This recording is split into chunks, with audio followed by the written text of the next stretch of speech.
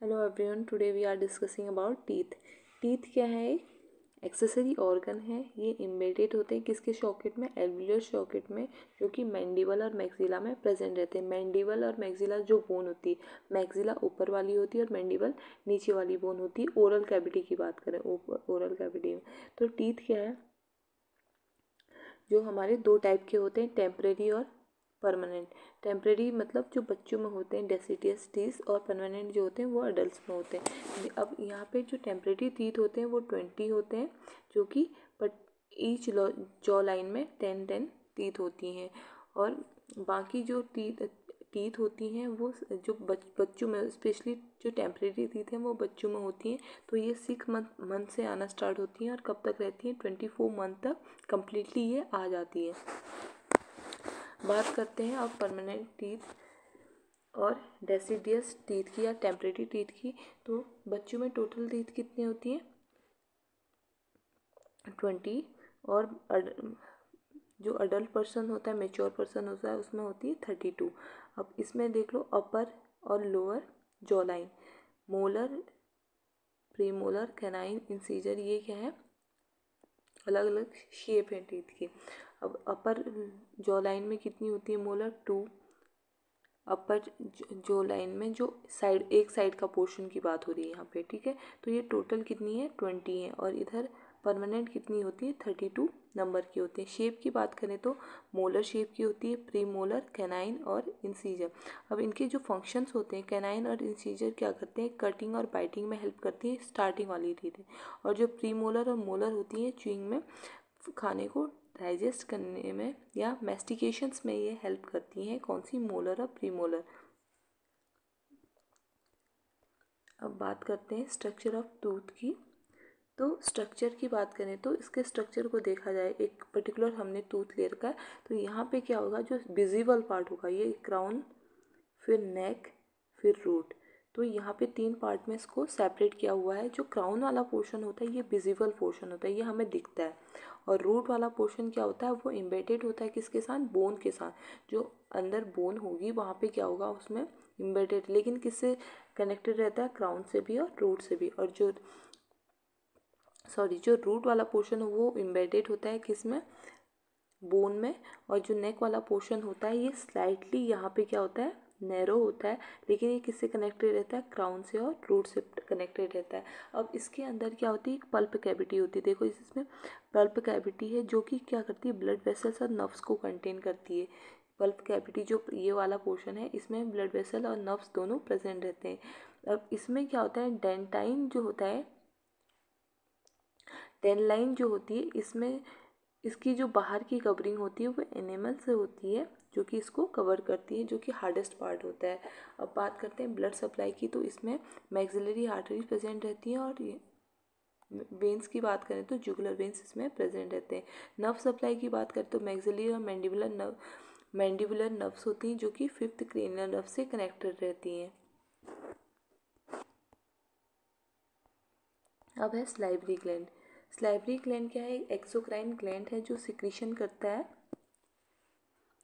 Exocrine gland है जिसका secretion duct के थ्रू होता है। कहाँ पे? माउथ में। तो एक्सोक्राइन ग्लैंड क्या है? जिसका सिक्रीशन किसी डक्ट के थ्रू। और एंडोक्राइन ग्लैंड क्या है? जिसका सिक्रीशन डायरेक्टली ब्लड में होगा। तो यहाँ पे क्या है? स्लाइवरी ग्लैंड एक्सोक्राइन ग्लैंड है जिसका सिक्रीशन कहाँ पे हो रहा है? डक्ट के थ्रू माउथ में हो रहा है। अब 3 पेयर्स ऑफ स्लाइवरी ग्लैंड होते हैं। फर्स्ट है पैरोटिड ग्लैंड, सबमैंडिबुलर और सबलिंगुअल ग्लैंड। ये इमेज दिख रही है। फर्स्ट बात करते हैं पैरोटिड ग्लैंड की। जो पैरोटिड ग्लैंड होती है वो फेस की दोनों साइड होती है। एक साइड, राइट एंड लेफ्ट दोनों साइड में प्रेजेंट होती है ये फेस के। और इसमें क्या होता है? एक डक्ट होती है, जो कि क्या होती है? क्योंकि यहाँ से जो भी रिलीज होगा, स्लाइवा रिलीज होगा, तो वो डक्ट के थ्रू कहाँ पे आएगा? माउथ में। तो यहाँ पे जो मोलर वाली टीथ है, यहाँ के उसके सेकेंड मोलर वाली टीथ में यहाँ पे रिलीज होगा पैरोटिड ग्लैंड से। जो भी हार्मोन रिलीज होगा वो कहाँ पे होगा? अपर जॉ लाइन के मोलर वाले पोर्शन से वहाँ पे रिलीज होगा पैरोटिड ग्लैंड में, जो हार्मोन रिलीज हो रहा है। अब बात करते हैं सब मैंडिबुलर की। सब मैंडिबुलर कहाँ पे प्रेजेंट है? जॉ लाइन के नीचे। ये सब मैंडिबुलर जॉ लाइन के नीचे जो ग्लैंड प्रेजेंट रहती है उसको बोलते हैं सब मैंडिबुलर ग्लैंड बोलते हैं। और नेक्स्ट है सबलिंगुअल ग्लैंड, जो कि कहाँ पे प्रेजेंट रहती है, टंग के नीचे।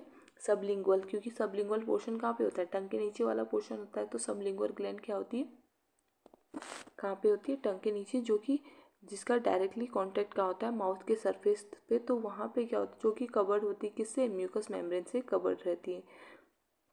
अब बात करते थी, पैरोटोइड ग्लैंड हो गया, सबमैंडिबुलरी और सबलिंगुअल ग्लैंड हो गया। पैरोटोइड ग्लैंड क्या है, फेस के राइट एंड लेफ्ट साइड दोनों में होता है, जो कि डक्ट में रिलीज होके पर्टिकुलर मोलर वाले पोर्शन, जो मोलर अपर जॉ लाइन का मोलर सेकेंड मोलर पोर्शन है, वहाँ पे रिलीज होता है। सबमैंडिबुलर ग्लैंड्स की बात करें तो जो जॉ लाइन के नीचे होता है, उसका डायरेक्टली सिक्रीशन कहाँ पे होता है, माउथ के सरफेस पे होता है। सबलिंगुअल की बात करें तो सबलिंगुअल में भी टंग के नीचे प्रेजेंट रहती है, जो कि जिसका डायरेक्ट कनेक्शन क्या कहाँ पे होता है, माउथ में होता है, या माउथ के फ्लोर पे इसका ये प्रेजेंट, इसका सिक्रीशन होता है। अब स्ट्रक्चर की बात करें, स्ट्रक्चर जो होता है सलाइवरी ग्लैंड का, वो फाइब्रस कैप्सूल से कवर्ड रहता है। ये क्या होते हैं, छोटे छोटे लोब्यूल्स जो होते हैं उसमें प्रेजेंट रहते हैं, लोब्यूल्स में प्रेजेंट रहते हैं।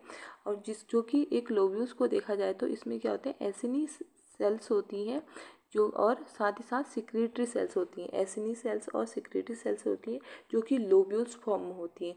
यहाँ से सिक्रीशन होता है किसका, स्लाइवा का, जो कि क्या होते हैं, कहाँ पे होगा, स्लाइवा का डक्ट्यूल्स में सिक्रीशन होगा, और डक्ट्यूल्स से फिर डक्ट में, लार्जर डक्ट में सिक्रीशन। डक्ट्यूल्स क्या है, छोटा फॉर्म है डक्ट का।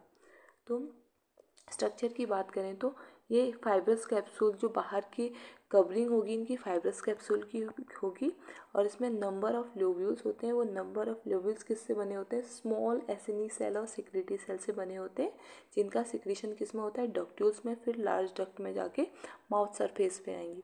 ब्लड सप्लाई की बात करें तो हार्टियल सप्लाई में कैरोटिड आर्टरीज होती हैं, और वेंस की बात करें तो जुगुलर वेंस होता है। कंपोजिशन की बात करें तो डेली 1.5 लीटर सलाइवा प्रोड्यूस होता है, जो कि कंसिस्ट करता है water, mineral salt, salivary amylase, mucus, immunoglobulin, blood clotting factor, lysozyme, ये सारी चीज़ें ये कंटेन करता है। सिक्रीशन की बात करते हैं, सिक्रीशन ऑफ सलाइवा की बात करें तो ये ऑटोनॉमिक नर्वस सिस्टम इसको कंट्रोल करता है, क्योंकि हमें नहीं पता कि सलाइवा का सिक्रीशन हमारे कंट्रोल में नहीं है, तो ये ऑटोनॉमिक नर्वस सिस्टम के थ्रू कंट्रोल होता है। रिफ्लेक्स एक्शन होता है, कब रिफ्लेक्स एक्शन होगा, जब बाहर से हम कोई फ्रेगनेंस या स्मेल आती है, या किसी फूड की स्मेल आती है, तो उसकी वजह से हमारे मुंह में पानी आ जाता है, तो ये क्या है, रिफ्लेक्स एक्शन शो करता है। फंक्शन बात करें तो केमिकल डाइजेशन में हेल्प करता है, पॉलीसेकेराइड जो होती हैं उनके डाइजेशन में हेल्प करता है, लुब्रिकेशन की तरफ वर्क करता है, cleaning of lubricant the mouth and help in clean the microorganism and taste में।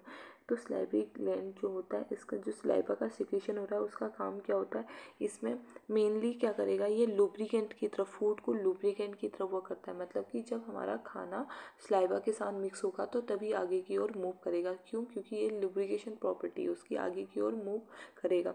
नेक्स्ट क्या है, जो अमाइलेज एंजाइम है ये क्या करता है, कार्बोहाइड्रेट का डाइजेशन करने में हेल्प करता है। कार्बोहाइड्रेट मतलब स्टार्च का डाइजेशन करने में हेल्प करेगा। नेक्स्ट है लाइसोजाइम और इम्यूनोग्लोबुलिन जो है ये क्या करते हैं, माइक्रो ऑर्गेनिज्म को किल करने में हेल्प करते हैं। और सलाइवा का काम क्या होता है, टेस्ट में भी ये हेल्प करता है।